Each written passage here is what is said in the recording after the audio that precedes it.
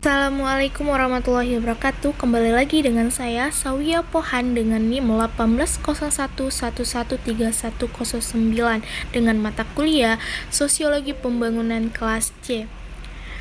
Video animasi kali ini saya akan membahas mengenai teori ketergantungan dengan tokoh Dos Santos, Cardoso, dan Paul Baran. Pembahasan pertama adalah tokoh Dos Santos, di mana ia mengatakan bahwa ketergantungan adalah keadaan di mana kehidupan ekonomi negara-negara tertentu dipengaruhi oleh perkembangan dan ekspansi dari kehidupan ekonomi negara-negara lain, di mana negara-negara tertentu hanya berperan sebagai penerima akibat saja. Pemikiran Dos Santos berbeda dengan Frank, yang dimana selalu menganggap hubungan antara metropolis satelit selalu negatif. Dos Santos berpendapat adanya hubungan positif. Nah, kemudian hubungan positif tersebut adalah perkembangnya negara satelit mengikuti perkembangan negara induknya. Dos Santos menguraikan 3 bentuk ketergantungan. Yang pertama, ketergantungan kolonial, di mana terjadinya penjajahan dari negara pusat ke negara pinggiran. Kegiatan ekonominya adalah ekspor barang-barang yang dibutuhkan negara pusat. Hubungan penjajah penduduk sekitar bersifat eksploitatif. Yang kedua, ketergantungan finansial industrial, di mana negara pinggiran merdeka tetapi kekuatan finansialnya masih dikuasai oleh negara-negara pusat. Ekspor masih berupa barang-barang yang dibutuhkan negara pusat. Negara pusat menanamkan modal baik langsung maupun melalui bekerjasama dengan penguasa lokal. Ketiga, ketergantungan teknologis industrial, di mana bentuk ketergantungan baru. Kegiatan ekonomi di negara pinggiran tidak lagi berupa ekspor bahan mentah untuk negara pusat. Perusahaan multinasional mulai menanamkan modalnya di negara pinggiran dengan tujuan untuk kepentingan negara pinggiran. Meskipun demikian, teknologi dan patennya masih dikuasai oleh negara pusat.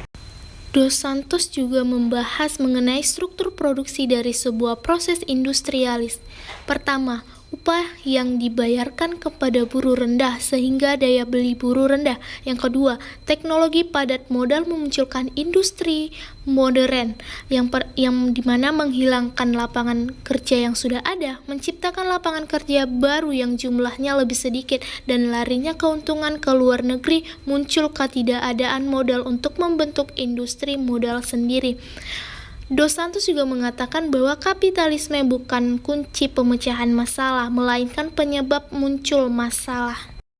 Selanjutnya adalah tokoh Henrique Cardoso. Menurut Cardoso, terdapat 3 rumusan dalam teori ketergantungan, yaitu pertama, metode historis struktural. Yang kedua, adanya pengaruh faktor ekstern dan faktor intern yang menjadi penyebab ketergantungan dan keterbelakangan.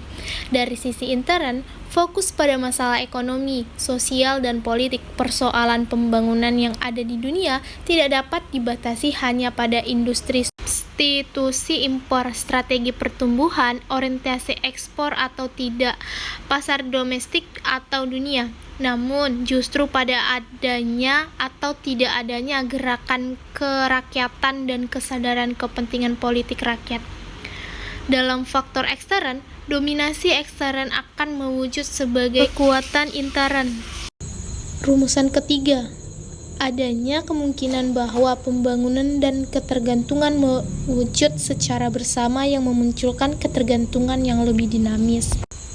Pada sisi yang lain, menurut Cardoso terdapat beberapa dampak negatif dari teori dependensi, yaitu timpangnya distribusi pendapatan dan ketimpangan ekonomi lainnya.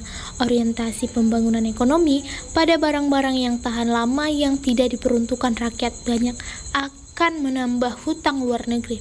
Di samping itu, teknologi yang diterapkan pada dunia ketiga adalah teknologi yang padat modal, bukan padat karya.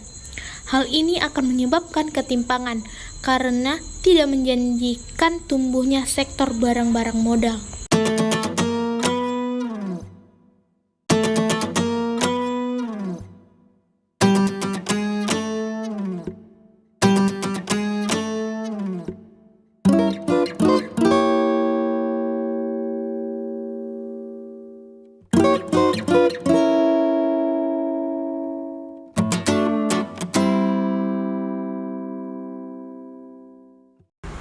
Selanjutnya ada tokoh Paul Baran, di mana dia dianggap sebagai neo-Marxis. Bila Marx mengatakan bahwa sentuhan negara-negara kapitalis maju kepada negara-negara prakapitalis yang terbelakang akan membangunkan negara tersebut untuk berkembang seperti negara-negara kapitalis di Eropa, maka Baran berpendapat lain.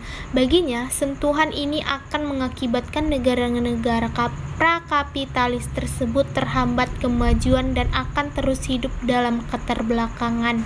Perkembangan kapitalisme di negara pinggiran berbeda dengan perkembangan kapitalisme di negara-negara pusat. Di negara pinggiran, sistem kapitalisme seperti terkena penyakit kretinisme. Orang yang dianggap penyakit ini tetap kerdil dan tidak bisa besar.